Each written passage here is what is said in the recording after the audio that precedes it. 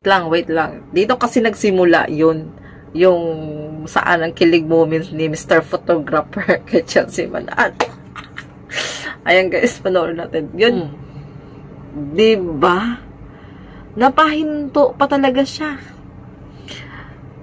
Tapos titigan pa niya si Miss Universe Chelsea Manalo.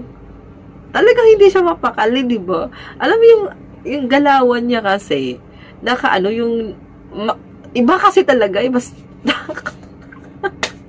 nakakakilig talaga tingnan.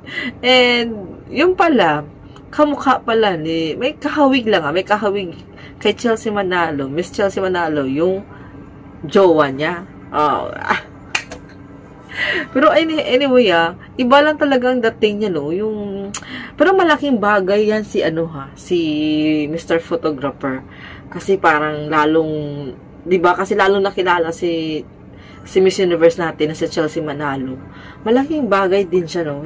Marami kasi nagsasabi na ginagamit lang si Chelsea, mga ganyan-ganyan.